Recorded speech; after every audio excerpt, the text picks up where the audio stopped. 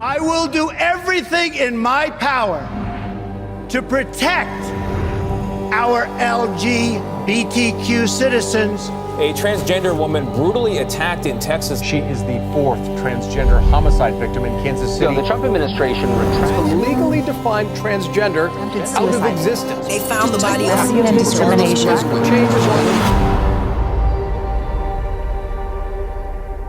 You know what I am? Do you know what I am? A child of God. A child that is deserving of as much love as you. That's who I am. How does it feel to you to think about that you were once detained here at this facility? They thought I was crazy for saying that I was a trans person. I was housed with 100 men. They're males who've been detained for so long, and for them to see a female, it's...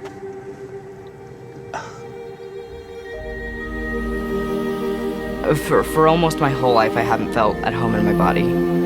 Public schools no longer required to allow transgender students to use the bathroom of their choice. I think the bathroom has always been a tool for controlling people. The president has announced on Twitter that there will be no more transgender service members in the armed forces. This particular administration has made it okay to hate again. It has affected the way people are treated.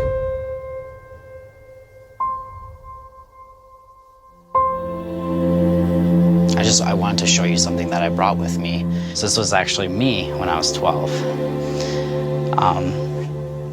I just want to let you know that no matter what the president says about you, you exist and you're human. And to realize that the human being is not separate from nature, but is a part of it. If you have the support of your friends, you have the support of your family, nothing can stop you. Nothing can stop you. Our generation and the young trans people today will continue to fight for our right to exist in the United States and in the world. Trans people, we're not contagious, we're not no disease. Accept us, love us, we're people. If enough light shines, people will find a way.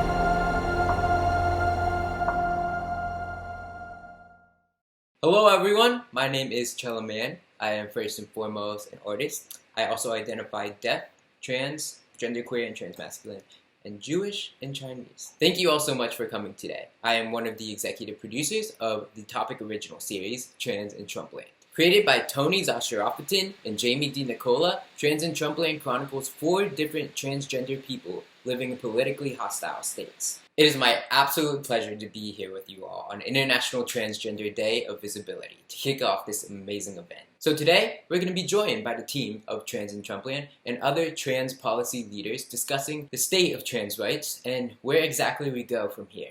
I decided to get involved in Trans In Trumpland immediately after I saw that it was truly a trans-led team in front of and behind the camera. That kind of authenticity sometimes is hard to find today. And it has been a huge honor to see this film truly roll out. I mean, over the last 4 years, the American transgender community has faced a lot, to say the least. There have been anti-trans policies. There have also been numerous accounts of transgender violence. And while there are still reasons to be optimistic, we still have a lot of work to do. This event will feature 2 discussions.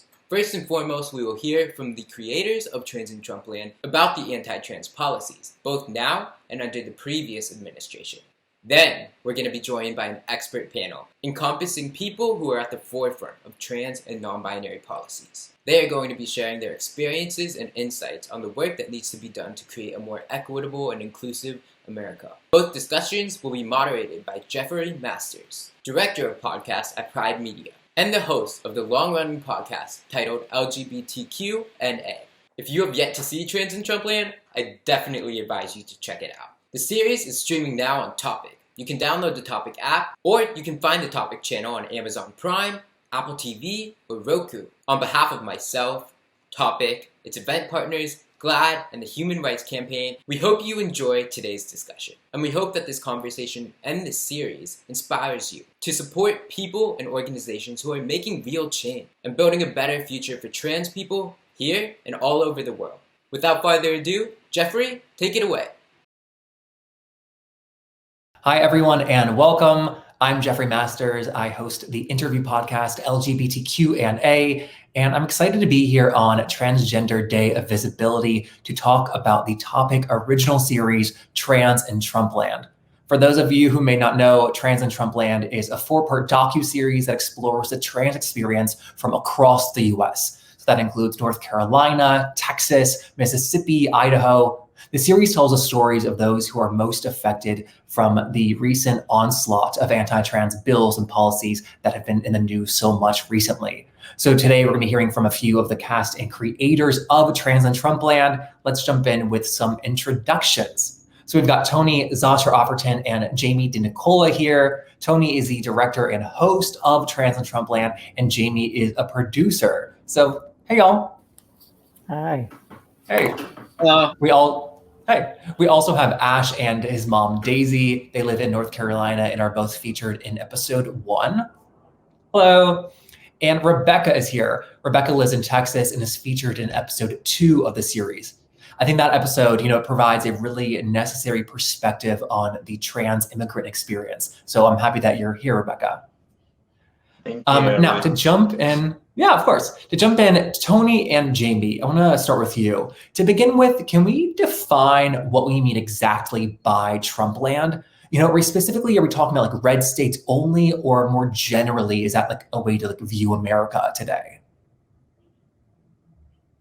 Yeah, so for me, I think Trumpland now in 2021 with Biden is those states that voted for Trump still in the 2020 election. So I would say that's like a kind of tangible definition that you could have.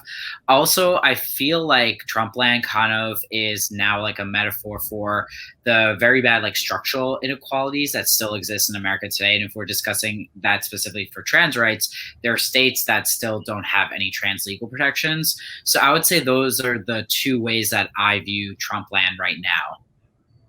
For sure. And so, you went into the series, I assume, with like certain assumptions about like the trans experience and specifically in Trumpland. For you, Jamie, like what surprised you the most about like what y'all discovered?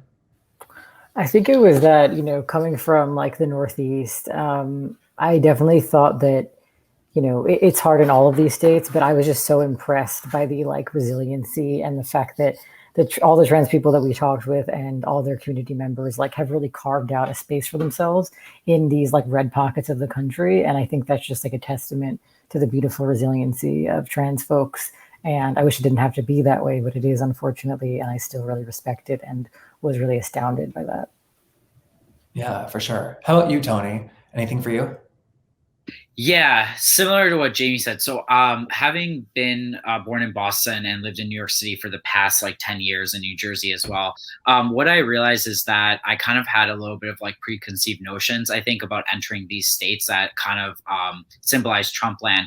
And I tried to be as open as possible just because I am liberal. And I realized too along the way that a lot of these preconceived notions don't hold a lot of truth, especially for the trans people that exist there, because I feel like they're kind of carving out their community and like their sources of support and happiness where they exist. So that changed while I was filming. I think I did kind of see the realities though about like what really are the raw inequalities and like the structural inequalities that still exist in these states, and just seeing how that kind of affected all 4 people. So it kind of like made me realize that like the headlines are true. So I would say that's how like my preconceived notions, some of them held true during filming, but also how they were changed by all of the 4 characters that are in the series. That makes total sense. There's a stat I think about all the time from GLAAD, which is that 86% of the population does not know a trans person, or does not know that they know a trans person, more specifically. And so translating that stat to like your own lives, like Ash, are you often the only trans person that people in your life or community know? For a while, that was definitely not the case. And I was part of a community that had quite a few trans people. But with my friends at my new school, that does seem to be the case. That like I'm kind of the token trans friend. I'm the person who's asked about trans issues, and I'm pretty much the only trans person that they have interaction with. Does that resonate for you too, Rebecca? Well, for me, it was a little bit different. In the beginning, when I lived in the border south of Texas, there wasn't that big of a community. But once I moved into Houston, where there's a bigger population and the trans community is a lot bigger, that's where I met a lot of friends, and I met Becky, which is showcasing our episode as well. And I was able to meet a lot of trans people out there in Houston, and the community is like pretty big and supportive. So in Houston is not something that, most people know trans people out here in Houston, but down here in the South, where I'm at right now, actually, because I came to see my parents, it's like a lot of people look at you and you're like, wait, is that a trans person or what's going on? Like, they're not well educated down here yet, which it's something I'm looking forward to bring down here and expose ourselves at. Yeah. Well, that's one of the reasons why I loved having Daisy, that you were featured in the show, because we need models of parents who do it right. I think it's really concerning that it seems exceptional to accept one's kid, when they come out, but we kind of are in that place where we've so many models and examples of people who are thrown out. So we need like the positive ones as well for people like you, Daisy. When your son came out, like, did you need to like learn about what it meant to be trans? Like, how much of a learning curve was there for you? We were really lucky because I have had a number of trans and gender diverse folks in my life, young adults and adults who had educated me and kind of like invested their, emotional labor in helping me to understand trans experience and the kind of support that a trans person needs. And I got to hear from them like what they wished they had when they were growing up and their parents weren't able to show up for them. What might have worked better for them. So it was like, I definitely had background. It wasn't like a new concept. But that's amazing. Having said that, I have learned, my kids have taught me more, which I hope is true for all parents. You're on a constant learning journey with your kids. So, Ash, I think you said in the series you came out at 12 years old. Like, I have to like make the assumption that like your mom having this like safe place in the home allowed you to come out so young. Yeah, it was really clear to me that I was in a safe and supporting environment, and that I wasn't going to get kicked out for coming out, and that my parents were going to be accepting of me. I think too, like there's so many generational differences in the trans experience that, I think you got into actually with Tony in the first episode talking about, well, Tony, you seemed in disbelief actually that like somebody was like able to come out at 12 and not even just to have only the language for it, but like then like to feel comfortable coming out. Can you talk a bit about that, Tony? Yeah, I think Ash and I's like episode, it was really like mutual in the sense that like I learned a lot from Ash, and I feel like in a sense like me as a trans man in my 30s, like kind of doing that information exchange was really interesting, and I think that was different from the other episodes. And seeing Ash and like realizing in his own movies that he told his mom and his father like I am a trans man or I'm a boy at the age of 3, that was really like shocking to me. And when Ash revealed that he came out at the age of 12 to his parents and then started transitioning at 15, I didn't even know what trans was until 19, not even like understanding kind of like gender dysphoria up until that age, hearing the word trans. So I had a journey that was very different than him. And so it was like really shocking to me to see that, but shocking in a way that was like, I was really happy for Ash. And I realized that kind of like his generation can move the torch forward in ways that I think will be different than my generation growing up as a millennial trans man. So I think it was like a revelation of knowing that Gen Z specifically has these different ideas about gender identity than my old 30-year-old self does.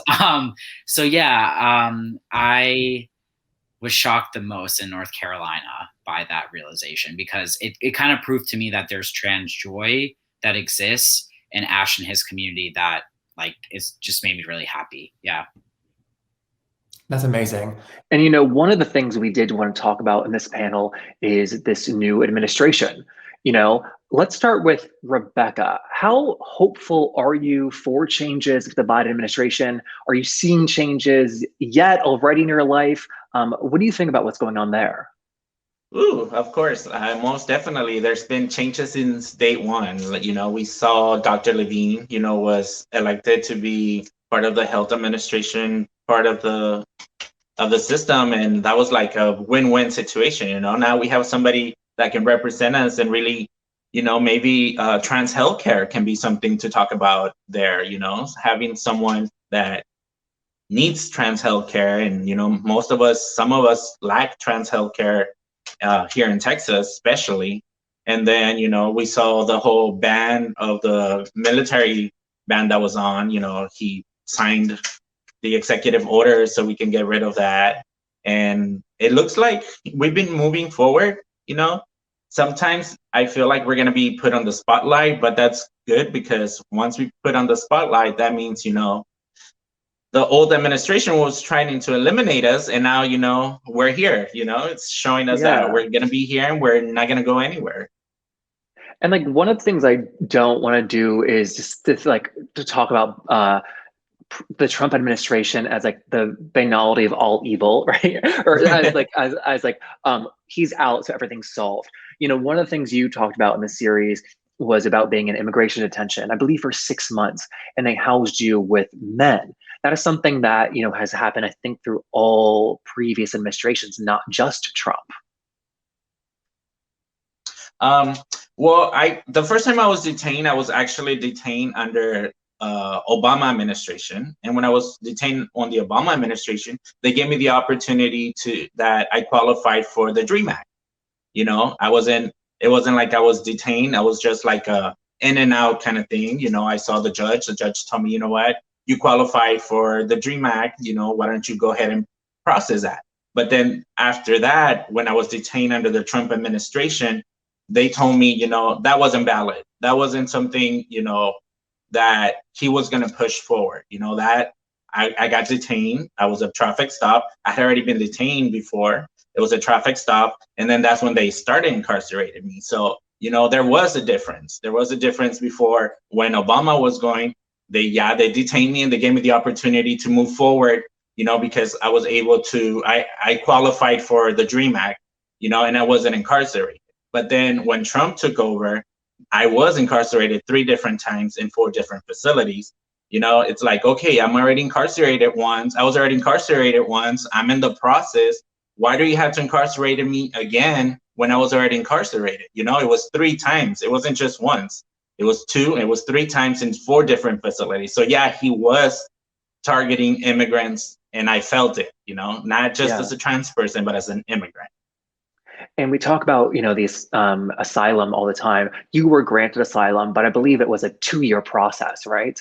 Yes. It took me 6 months within being in the detention, you know, and fighting for it. And then, you know, I received my asylum after, you know, the judge, it was a judge from New York who granted me the asylum, you know, after she saw my case and she saw that I fought my own case. I didn't have a lawyer. I didn't have anybody to represent but myself. And I was able to, you know, showcase my story to somebody and understand what I was going through. Yeah. Well, I think that we can, you know, on the scale of like simple to complex, we think like being granted asylum is very complicated and complex. And I think the assumption is for like a name change, oh, simple, you know, but in Ash's episode, there was not a simple process by any means. Can you talk about why that was so complicated, Ash and Daisy? So they part of the name change process in North Carolina is that you have to display your the name that you are changing your name from, the name that you're changing your name to, and the reason that you're changing your name on like a billboard. I mean, not billboard, like a poster board thing in the courthouse for a few weeks. So with your physical address. Yeah. You had to list your name, your address, and it had to say on it, this child is transgender. Yeah. Is that specific to North Carolina? Maybe like Tony or Jamie might know this, but like, is that does every state have different rules about that? Probably. It's not specific to being trans. I know anybody who does a legal name change has to put their piece of paper up there on the board for a certain number of days. And it's not like outside where anybody walking by is going to see it, but it's in a hallway inside the courthouse.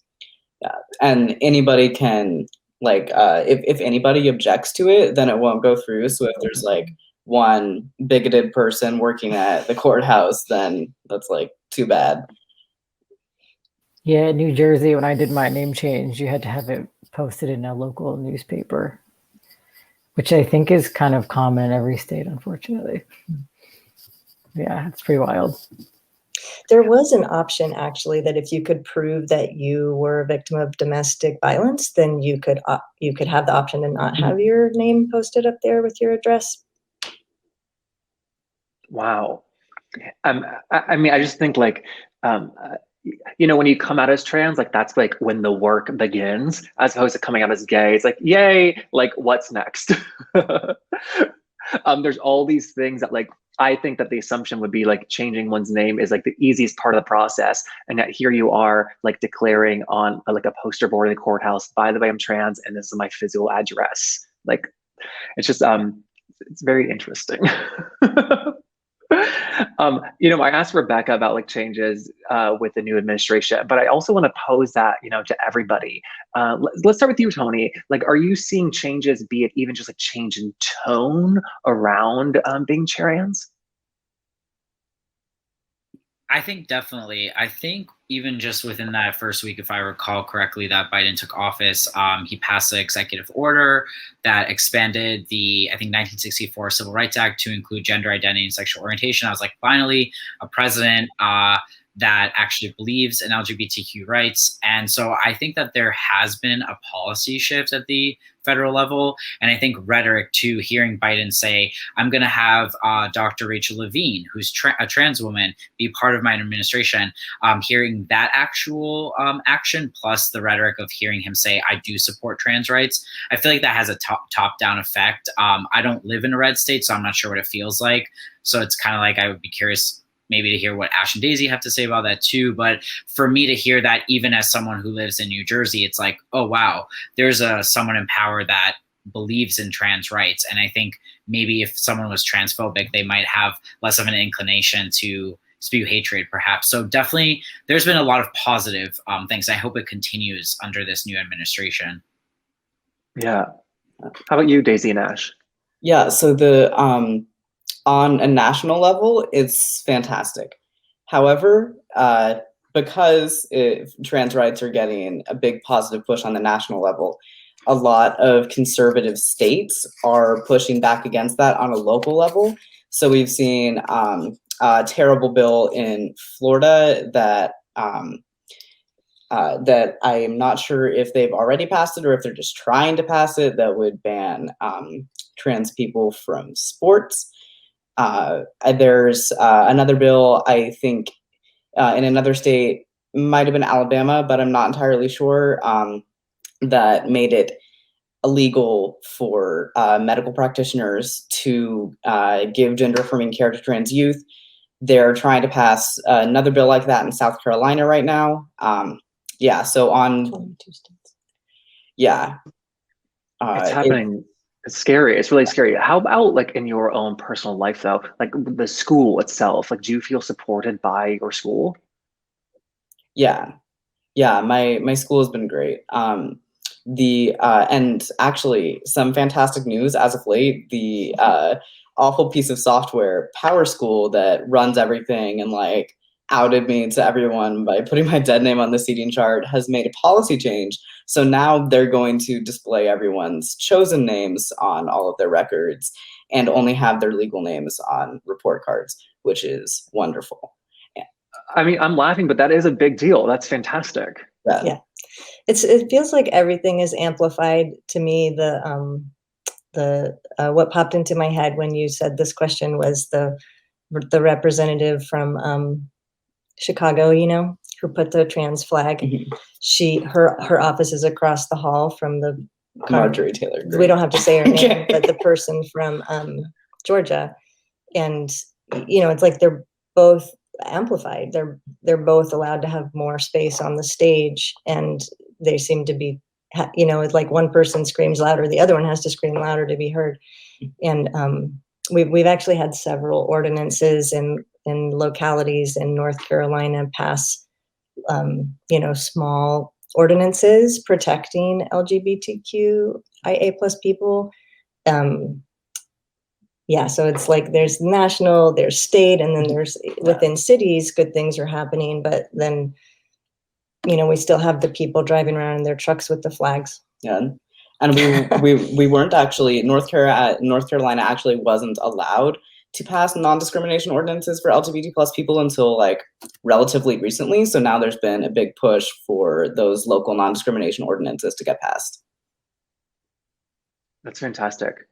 I mean, as someone who is also from North Carolina, I also feel like when the state did pass HB2, the quote unquote bathroom law, there was so much of a internal liberal backlash within North Carolina to be like, this is not who we are. Mm-hmm. So even though on a national level it is, I think people don't want that. That was my feeling. They don't want that MO, which is a good, because then they will protect more people in a good way. Rebecca, how about you? What specific policy changes would make the biggest difference in your own life? Well, to start off, being an immigrant, right now that I came down to my hometown, I saw that they opened the borders now to those people seeking asylum. Down on the old administration, they literally closed the border, and all these people were, living in tents back in Mexico. And now he finally, when I got here, I got into town and I saw that they have access, and now they're giving them, the freedom, and they're giving them the right to, to actually seek asylum in another country. I was very happy to see that. And moving forward with immigration, I see that it's gonna do pretty good. He's working on it. And on the trans side of the spectrum, hopefully we get healthcare, trans healthcare nationwide, not just every state, in the national level. So we'll see how that goes. And hopefully Dr. Levine can, intervene in that and move forward with that. Absolutely.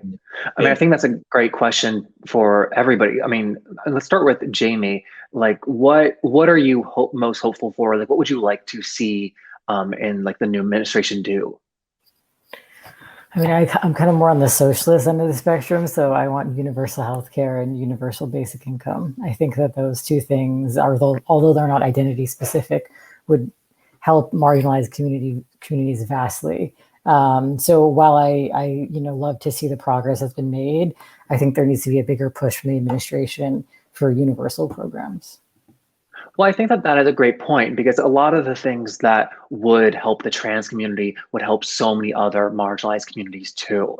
I think also the LGBTQ community in the whole makes up so many different subsets of race and gender and religion that I see from my work that we want to help everybody now. We're not interested in trans only, if that makes sense. Does that sound crazy, Tony? Oh, not at all. So what is your answer to that question of what you would like to see? Yeah, I would like to see, I think in agreement with everyone else, federal mandate that says trans people will have hormones and surgery covered. Because I think, why are we operating on this model that it's state by state? So I think that's would be the first thing I want, because when you transition, you can't spend thousands of dollars out of pocket. Why is private insurance and public insurance not covering this right now? So that would be like the first thing I would want. In terms of like other things, I feel like employment protections would be great. I'm not sure, to be honest, if there's a federal like mandate as well or executive order protecting that. It's state by state as well, like somewhere like New York or California will cover that. So I would say those are my two things: healthcare and employment protections, because I feel like that impacts trans people a lot. Yeah. I mean, we had this major ruling in the Supreme Court last year, the Bostock versus Clayton County, which was about employment discrimination. It really said, like, for these larger companies, they cannot fire somebody for being queer or trans. However, if somebody can't get hired, the firing protections aren't maybe like the biggest deal either. We do need people to get jobs. I mean, Rebecca, like, has that something you've experienced with, like, just employment in general? In the beginning, yes, it's kind of hard because, you represent yourself as a woman, and then you go to somewhere to get a job and, your ID still has your death name on it. It's like, it's hard for them to be like, I've actually lost a job because of that. I was well qualified for the job, but then, once I presented myself and actually had the interview, they're like, am I speaking to the right person that, turned in this application, and it was hard, but, So because of that, are you being forced to then like disclose that you're trans to everybody, like every job you like take? Yeah, yes. Especially in the old job that I used to work at, they basically forced me to wear a name tag with my death name. So it was kind of tough. It was kind of tough, but I had to, work through it. It's work, and I have to do it because not anywhere are they gonna just hire me just for being trans. Yeah, I think that's probably a common story too, unfortunately. Jamie and Tony, Ash and Rebecca are so impressive, as are the other cast members. Can you talk about the process of like finding them and selecting them for the series? Yeah, sure. So finding them was like I think a combo of reaching out to people that I had already been friends with on Facebook. Like Rebecca and I knew each other. We had filmed a short with Jamie back in, I think, 2018. So I just asked her, would you like to be part of the full thing? And she said yes. Shane was similar. I had been Facebook friends with him, I think, for 5 years. So I said, Shane, I know about your story a little bit. Would you like to be our subject in Idaho? And he said yes. Ash and Daisy, I'm really happy I found them, but they were hard to find. I think that I found them through a PFLAG group, if I recall correctly. And there were like a couple other families before that said this isn't the right fit because they didn't want to tell their story publicly. So once I found Ash and Daisy, I knew they were the one for North Carolina. And then Ivana took a bit of work as well. Because we were originally going to film in Arkansas. And then when we switched to Mississippi, I posted on Facebook and I said, does anybody know someone who is a trans activist in Mississippi? And then someone said Ivana, and she runs this organization. So I guess it was like a lot of networking, like tapping into my network and realizing that there was a lot of like kind of power and community through that. And yeah, it took some like 6 months at least, maybe a year or so. I don't recall the exact time, but I'm just happy that I found all of them. Wow. And when did you actually film the individual episodes? Yeah, we filmed from September until December of 2019. So like right before the pandemic hit and the lockdown started to happen. So we kind of like squeezed right in there. But yeah, we started, I want to say the end of September, beginning of October. So it was a good couple months of us being on the road filming everyone. Wow. Tony said that different people didn't feel comfortable, putting their lives on camera. Daisy and Ash, like, was it a big decision? Like, what made you decide to say, like, yes, we want to do this? I think we'd both been looking for opportunities to participate in the conversation. And like I said earlier, I had the benefit of other people having educated me before my kids came out, and still needed a lot more education. And I if I could, if there was something I could contribute, it would be to help other parents have the tools that they need so that they don't respond badly when their kids are just being themselves. And I just do whatever I can to further trans advocacy and trans activism. At this point, kind of to the extent that I've taken on way too many projects. Well, we need that, so it's good. I think it's also really powerful to see trans people like existing in red states, in Trumpland too. So much of the media focuses on trans people in LA and New York. And like those are important, but I think it's really easy to think like, oh, like I have a trans friend and they're thriving, it's okay to be trans. Period. End story. That's the full story. And so this the series helps to really complicate the narrative in fantastic ways.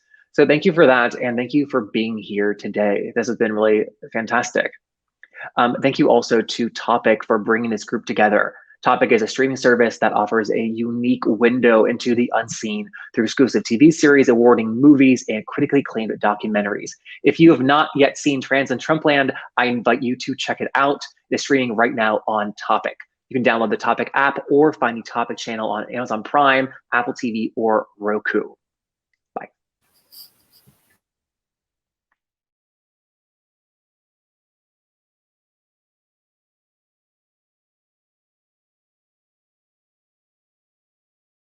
Hi, I'm Jeffrey Masters. I work at the Advocate magazine and host the interview podcast, LGBTQ&A.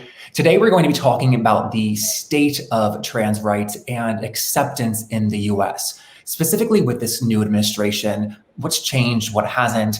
And for this, we've assembled an amazing panel. It is a great mix in terms of profession, the different sectors that everyone's addressing things from, also as well as geography. As we all know, the trans experience can differ greatly based on where you live in the US. So we've got people from around different regions of the country. So let's introduce everybody, starting with Senator Sarah McBride. Senator McBride represents the 1st State District of Delaware. Hello. Hello, it's so wonderful to be on with everyone. I agree, thank you. And we also have Chase Strangio. Chase is the Deputy Director for Transgender Justice with the ACLU's LGBT and HIV Project. Hi, Chase. Hello. Hello. Chase was also one of the lawyers on the Bostock v. Clayton County Supreme Court case, which was the huge decision for employment discrimination. So I definitely want to get to that later. We also have Carmarian Anderson Harvey, the Alabama State Director with the Human Rights Campaign under their Project One America initiative.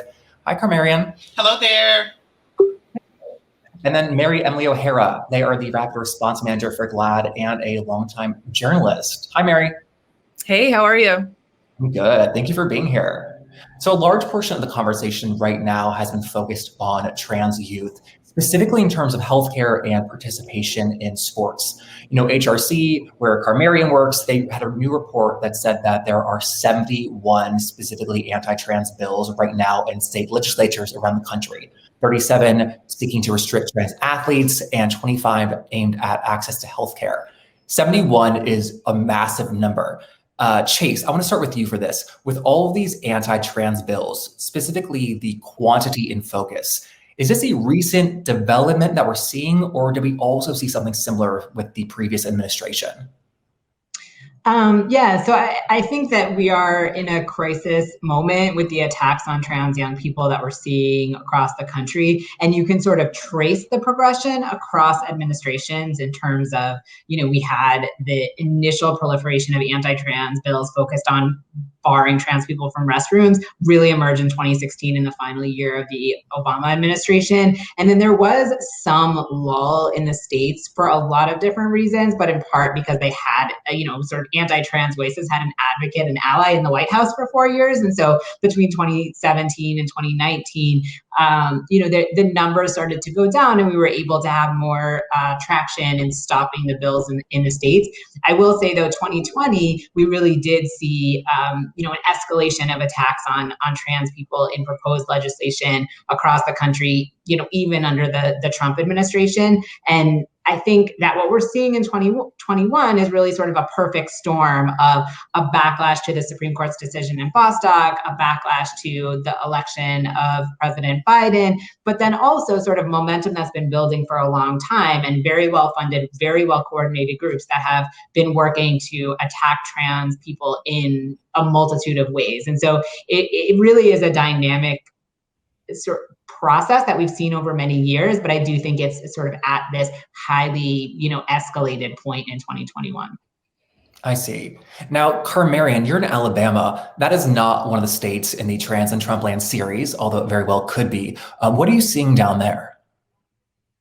So in Alabama, which we are the center of the Bible Belt, it is dreadful.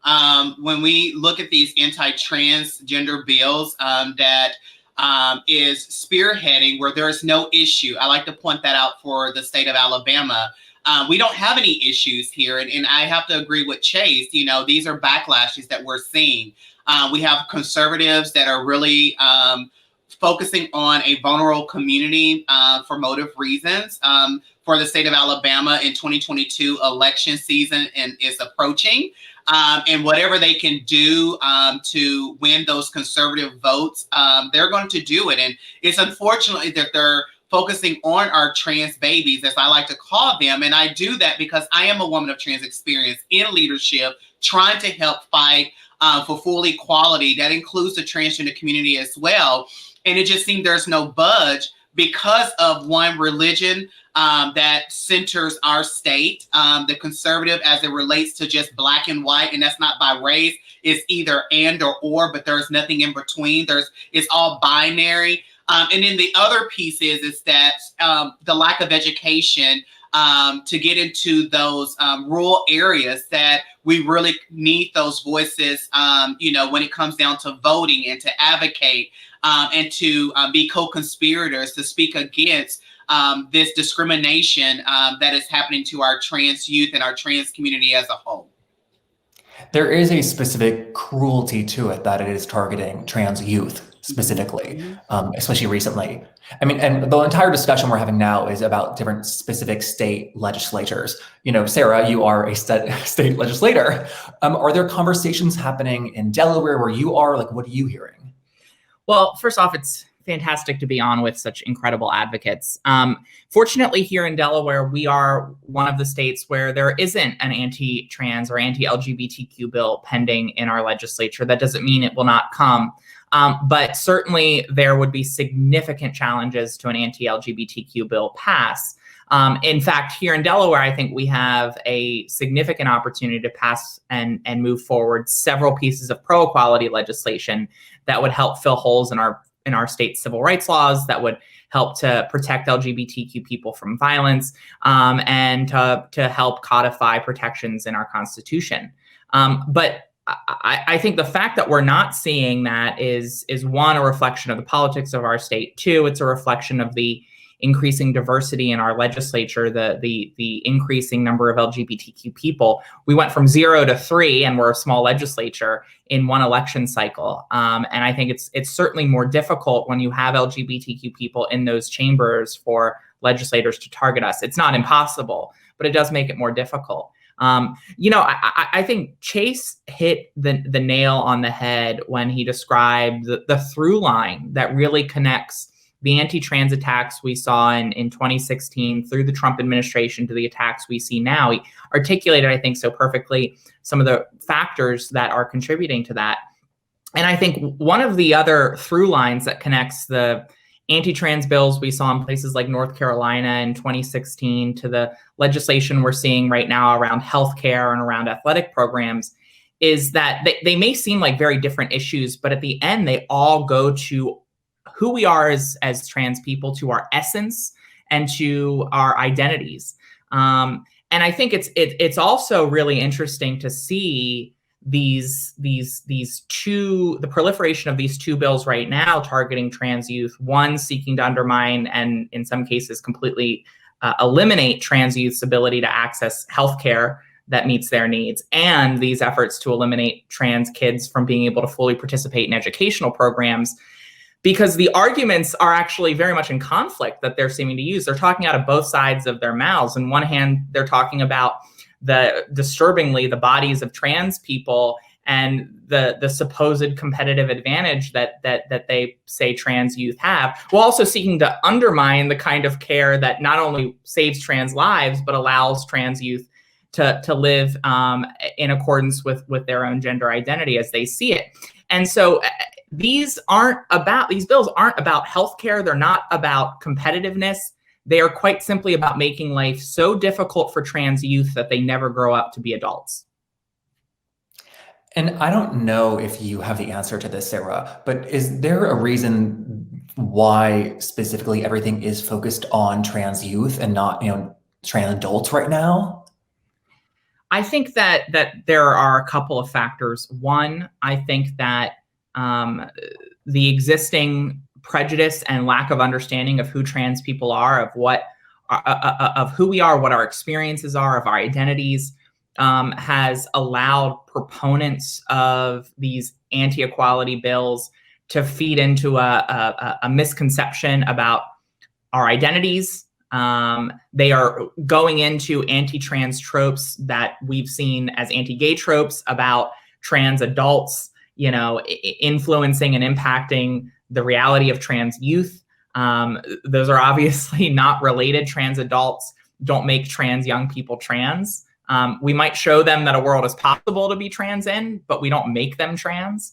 And so I think they're feeding on that sort of fertile ground of lack of understanding of existing prejudice and of old anti-LGBTQ stereotypes that perhaps allow for an opening in the conversation from their perspective. I also think just another point, something I saw really powerfully in my work was the power of trans youth's voices to really bring about change. And I think they recognize that trans youth have a transformational capacity in their advocacy, and they want to cut that off.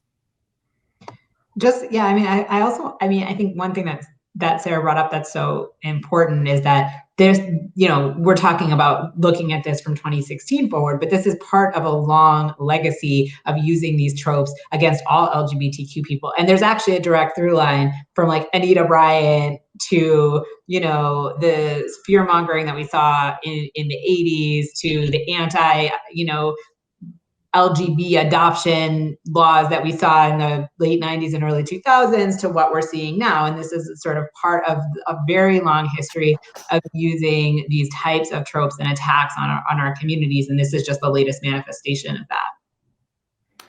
And so, Mary, are we only seeing binary trans people being targeted, or is it also happening for non-binary people? And can you talk about like how non-binary people specifically are also impacted?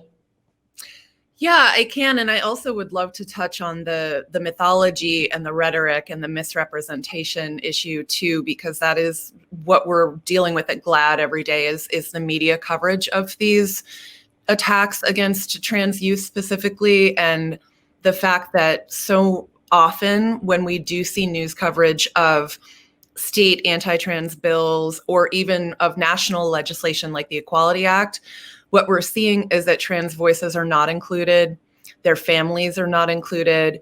We're not seeing the parents of trans kids getting interviews in most of this coverage, or the school teachers that teach trans kids. We're not seeing the coaches that coach their athletic teams being interviewed in these stories.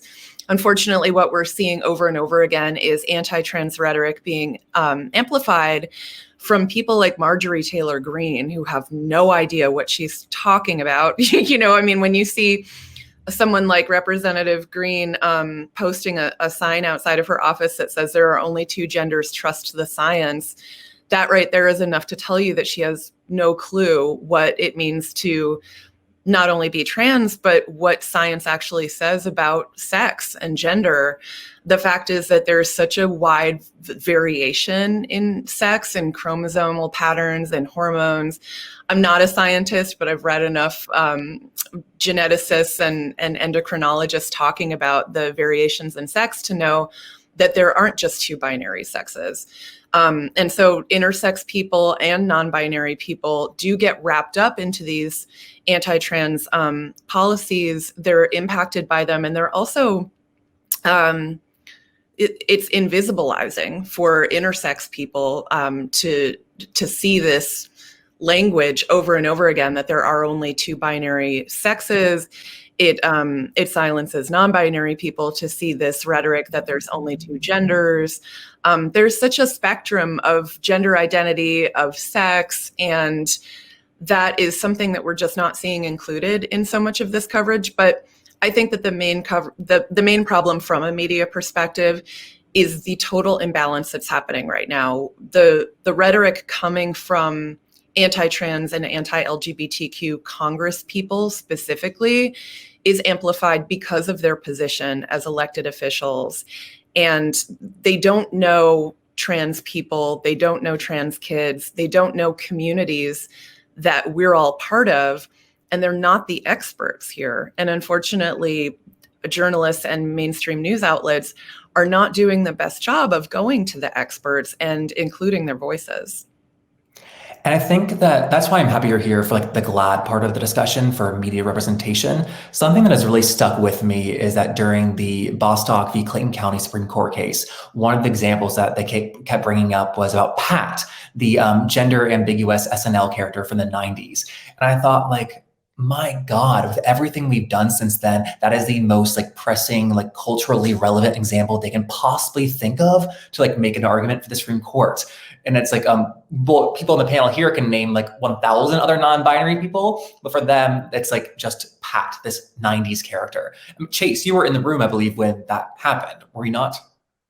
I was in the room. I think I was not thrilled with that moment for many reasons. And I think there were, when you're arguing before the court, there's a lot of things that happen and you sort of reflexively say things. And because that was raised by our advocates, to be clear. I'm sorry. And I think it's important, right? Like our side is also sort of entrenched in these like really problematic assumptions and stereotypes, and none of us are immune from reproducing them.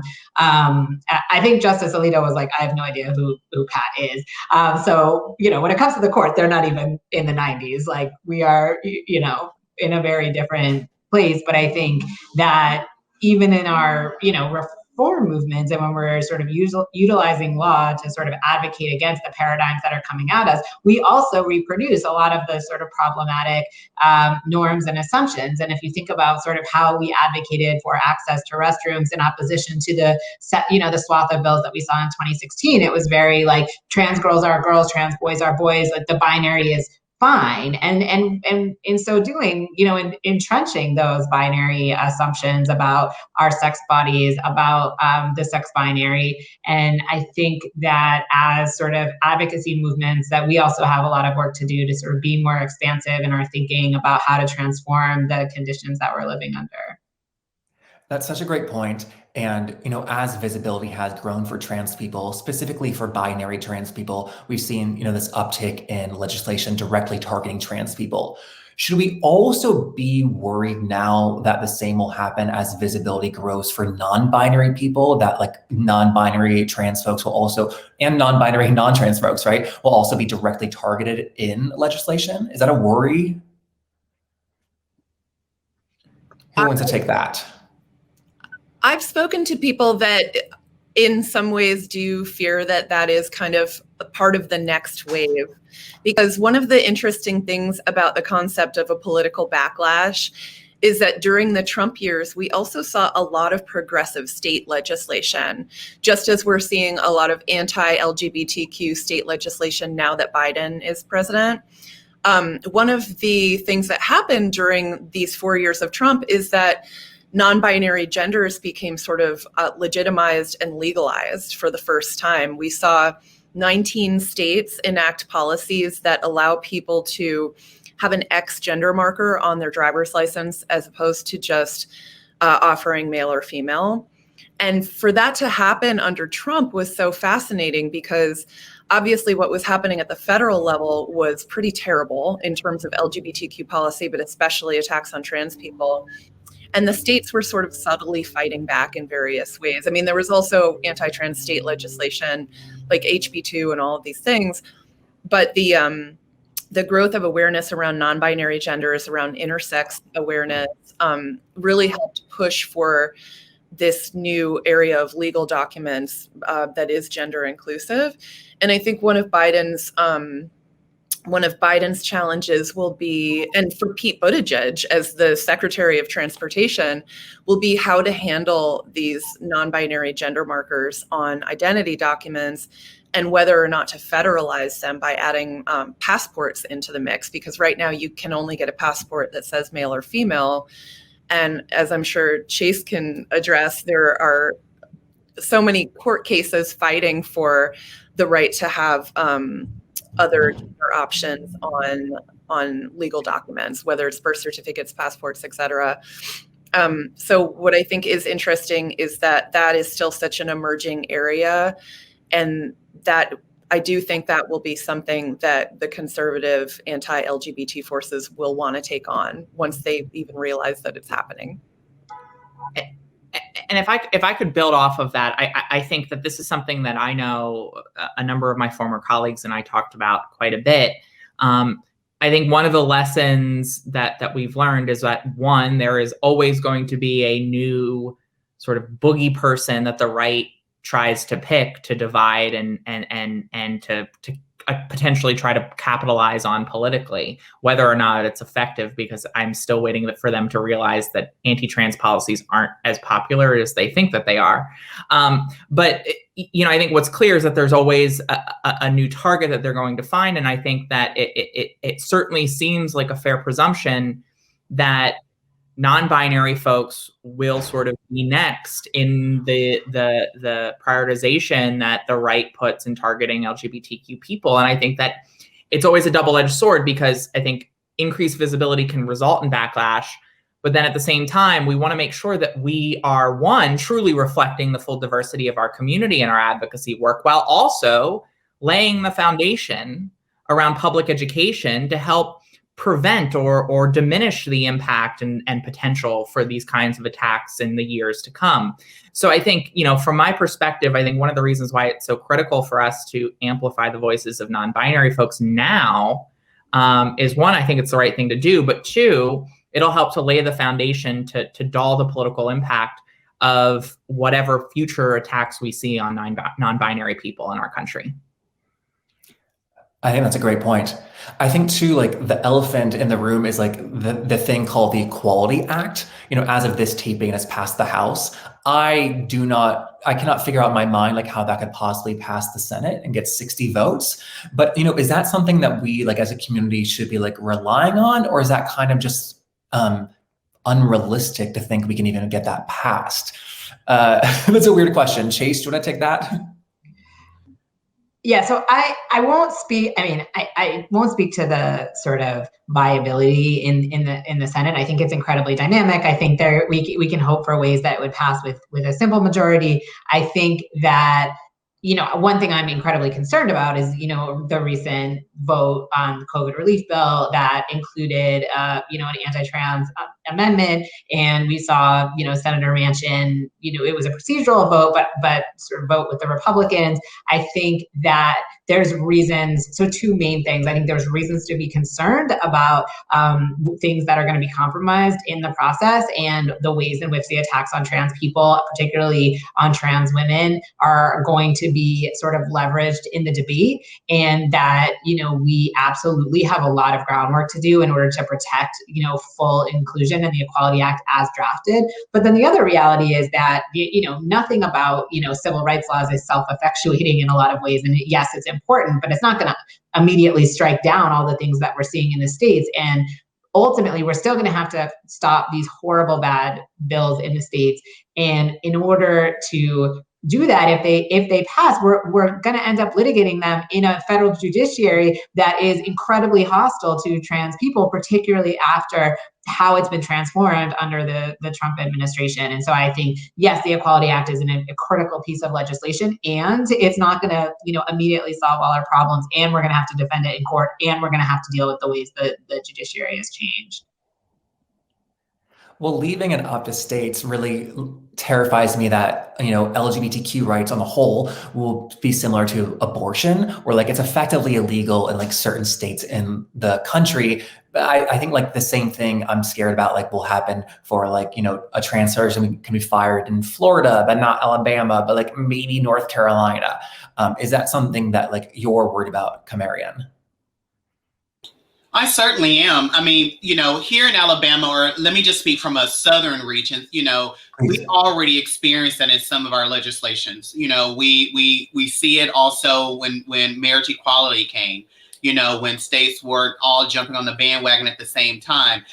We're so close to Georgia, and Georgia's so close to us, and Florida's so close to Georgia. What happens is that we pick and choose where we go seek what we need to affirm and what we need that's already developed. And that's a challenge. I look at that as economic loss for our states, being that we have to dive into so many territories in other states in order just to get what we may need. I think the other piece that I'm certainly challenged about is that here in the South, we pride ourselves of understanding civil rights. Especially in Alabama, we're the civil rights state, but yet we take those tools that we learn and we use it to harm. We don't use it, for gain. We have a blueprint that we could be following, and that blueprint included everyone. It respected everyone. It allowed everyone to show up and be present, and it defined who they are. And again, it's an embarrassment, to be honest with you, when I have to fight these anti-trans bills, anti-LGBTQ bills, and then I have to look and say, what were my ancestors? What are they? They're turning over in their graves, or perhaps they're looking down, and it's an embarrassment when I see that stuff in the news. The challenge that I have as a civil rights state, and the challenge that I have as a woman of trans experience, the challenge I have as a leader of an equality organization is being available to really speak my mind as the way I want to. In other words, being so vulnerable, which also will put me in harm's way.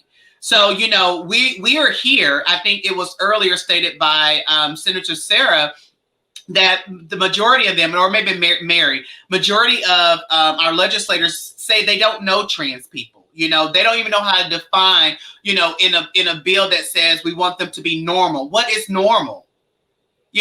No formative work was done.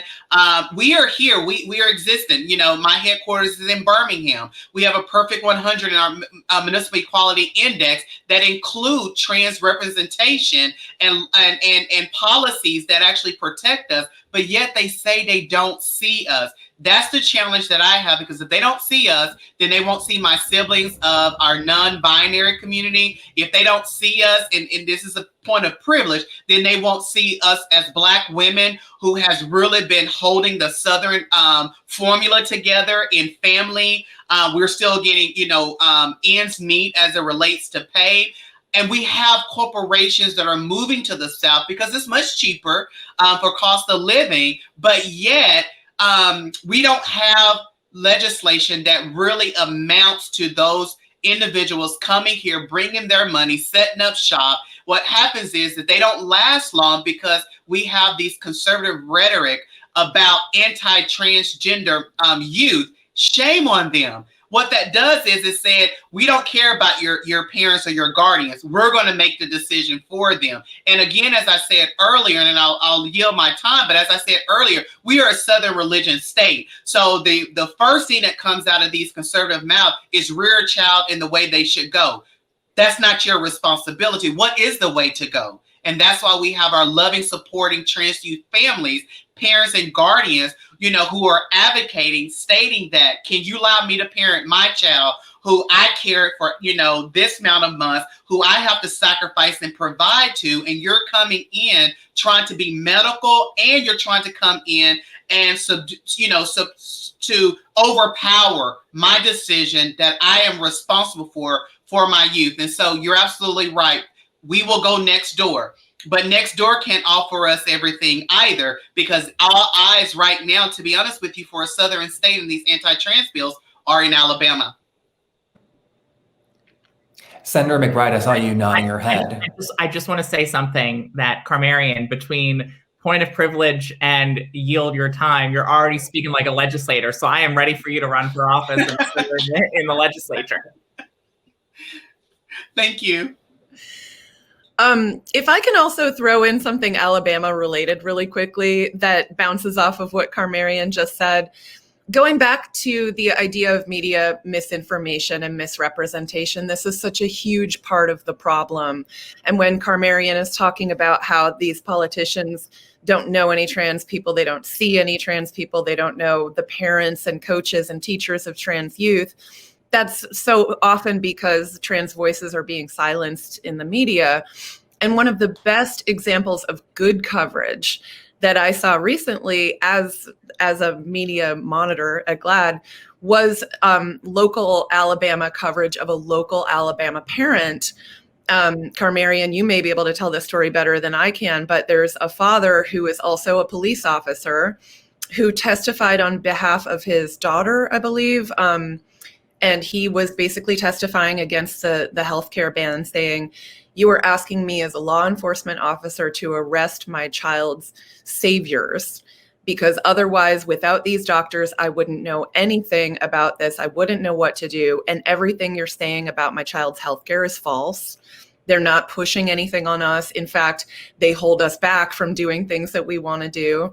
And it was the most powerful piece of testimony I've seen in a while. And my question to the news media is, why are you not speaking to that parent in not just Alabama, but every state when you're covering these issues? Those are the voices of the experts. Those are the people that we need to hear from. And let me chime in, Mary, and say that, and thank you for lifting that up. And it is published. That was Sergeant David Fuller, who just provided this remarkable testimony during a committee hearing on the anti-trans medical bill. And you're absolutely right. But on the other side, there's some accountability, because and I'm saying my one parent because, we are attached to each other. We work together. But my one parent, is not the only voice that's out there. And what's happening is, and you're right, why we're not getting other parents in other states, we will find that one person that has moved the ideal of shifting someone's decision, and we will overuse them till they actually have no room to breathe themselves. And so that's my plea is that there are other parents that are out there. I am fortunate to have David in my state and to work with HRC Alabama and other parents that we have also showcased. But there are parents that are out there. It took this one parent for other parents to finally say, if that parent can do it, I can do it as well. And you're right. It's remarkable to see a widow father talk about how he was able to raise his children after losing his wife, and how he was able to handle, and he talked about resources in Alabama. That's an educational opportunity. And we should model what we have seen in our local Alabama paper in other states and continue to amplify. That's one thing that is missing nationally, is those voices being amplified through media, and not trying to always get voices that are going to provide contradicting to our lives or to our trans youth lives, but that's going to amplify their humanity as it relates to these bills. That's such a great example. Thank you, Mary and Carmarian, for bringing that up. For our last topic, I want to go around. We've been talking about, trans kids in sports, in the news and here, and that is this shiny object that has been monopolizing a lot of the conversation. And yes, that's important, but also, letting trans kids play sports is not going to end the epidemic of violence or suddenly allow equitable access to healthcare. So before we go, I want to go around, and I just want to say, what are the other issues that you are worried about or you want to bring attention to? Carmarian, I'll start with you. I know you've done a lot of work in HIV prevention. It could be that, it could be anything, but let's go around. So a few things. One is to touch on the anti-trans sports bill. Let me just share this, that it is very minimum that we see our trans youth playing into sports. I believe that they should have that opportunity, but there is dysphoria also when it comes to the body and knowing that I have to go inside of a locker room and I have to change. And so they usually opt out of doing sports and find other curriculum activities to do as it relates to their youth. So I want to point that out because that's very important. Other things that I see when these anti-trans bills are moving forward, I'm also thinking about how we adopt this rhetoric as if it's the truth, which minimize federal funding as it relates to prevention services, as it relates to health services, as it relates to housing program, as it relates to employment, all for the trans-identified community, because the rhetoric is painting a picture. Instead of us taking an opportunity to learn for ourselves, what we do is we adopt what we hear, and that's what we believe. And then when we have opportunities to hire and say we want diverse candidates, the moment that person's outed or they out themselves and they know that they're trans, that perception of what they actually absorbed and thought it was the truth, minimize that candidate that's trans-identified for getting that job. So I'm concerned across the board. I'm concerned for the federal dollars. I'm concerned because dollars actually help pass decisions. You understand what I'm saying? Okay, that money is not going to come to the trans community unless we have more lawmakers that can advocate and said in an equitable way, so we all can get a piece of what we actually need. So there is a lot here in the South. We have a housing crisis. We have the highest rates of HIV and other communicable diseases. Let's not even mention we still live in COVID, and our southern states are the slowest to roll out vaccination, and we are studying dying behind because of resources. My trans community can't even go get relief fund because of documentation, because no one wants to believe that that's who they are on the picture and this is who I am in person and we are the same. And so they miss out on resources as well. And I keep bringing up the South, not that any other jurisdiction areas or regions is having any problems, but I believe that in the South, we get the short end of the stick because there is still prejudice, discrimination on top of intersectionalities that I'm discriminated. I get discriminated because I'm Black at times. I get discriminated because I'm a woman of trans experience. I get discriminated because I'm an alpha woman. The list goes on. And that comes from a Southern culture that we're going to have to open up and we're going to have to learn. We're going to have to learn to move this allyship of just saying I'm an ally to something actionable, which is co-conspirator. So when I can't step on the front line because of the violence or because I'm a target to a gun or abuse, or I could be the next person that HRC released that found murdered, I need those co-conspirators to be with us and know that we are human just as well. I could be your daughter. I could be your sister. You get what I'm saying? I could be all of that. And so it's across the board. I can't think of one positive thing since the last administration. Now that we have the new administration in, I do believe we will see some changes. It's going to be slow because we have to buy into that change. You know, we have to buy in. And so you're right. There's going to be a lot of disparities. And to me, it all is focused on funding that will not get into our communities of the trans community, GNC community. And I really feel that we need more advocates to help us see resources so we can continue to live and thrive. That's great.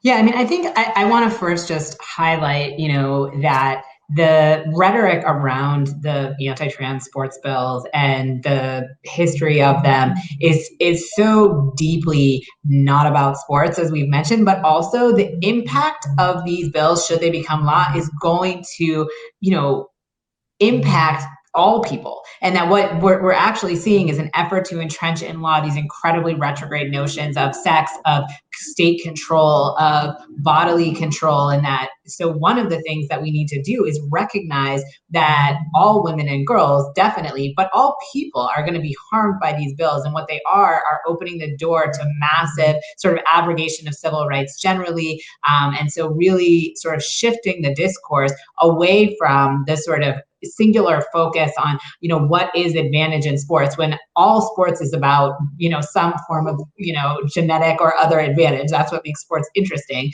But that's not what this is about. This is about sort of big picture sweeping efforts to cut away at civil rights protections and open the door to increased surveillance and policing that's going to harm, particularly athletes and women and girls sports. But actually sort of all, people who are subject to increased surveillance, particularly, Black and brown women, cis and trans. In terms of what people can do, I think, partly it's just challenging the rhetoric, shifting the discourse, and engaging. I think paying attention to what's going on in state legislatures is so important, particularly in presidential election years. We often, as a country, get caught up in sort of Congress and the presidency, and obviously that's important. But when we then look at what happens in down ballot races and the shifts of power that can happen, that has catastrophic consequences for voting rights, for our, criminal law reform projects, for all, what's happening to LGBTQ people. And we have to be paying attention to our state legislatures and people. The single most important way to stop bills is to have constituents engage with their lawmakers and really drive constituent contact when it comes to these bills, and making sure that people have the tools to connect with their lawmakers. The process is opaque on purpose. It's very difficult to engage. So we want to support people in engaging on the local and state level, and not just focus, I think, on the presidency and on Congress, as important as that is. And then I would say just, drive support to local trans-led organizations. At the end of the day, a lot of us have worked for very well-funded national organizations, and that's great. But the people who are going to feel the impact of these bills, the people who are going to be living out the consequences of a criminal healthcare ban in Alabama, are the people in Alabama. And so we want to drive the resources to the local groups, to trans leadership, and make sure that people are supported and cared for. Absolutely. Sarah, anything to add to what Chase just said? Chase stole my two answers to that question, which was people need to understand how important it is to contact their legislators, to reach out to their legislators. I think people do not realize how impactful that is as we make decisions, as legislators make decisions. And then as Chase said, we all have worked for really well-funded organizations, but really putting our money where our mouth is, supporting local direct service organizations, local shelters, local advocacy groups that are really on the front lines, that are providing life-saving services and life-saving change to communities is so critical. And so I am, we've talked a lot about the challenges, but one thing I'll just say is that I remain incredibly hopeful. We've talked about how these bills are, in essence, the politics of backlash, and that in that is a powerful statement to the progress that we are making and the progress we have made. And if we've done it before, if we've conquered these challenges before, which we have, then I know we will ultimately, in the end, conquer these challenges as well. Thank you. We can always rely on Sarah to end it on a hopeful note. So thank you. One more thing, Marianne? I do. And I think it's important for me to be able to share this, because there's circle accountability here in your question.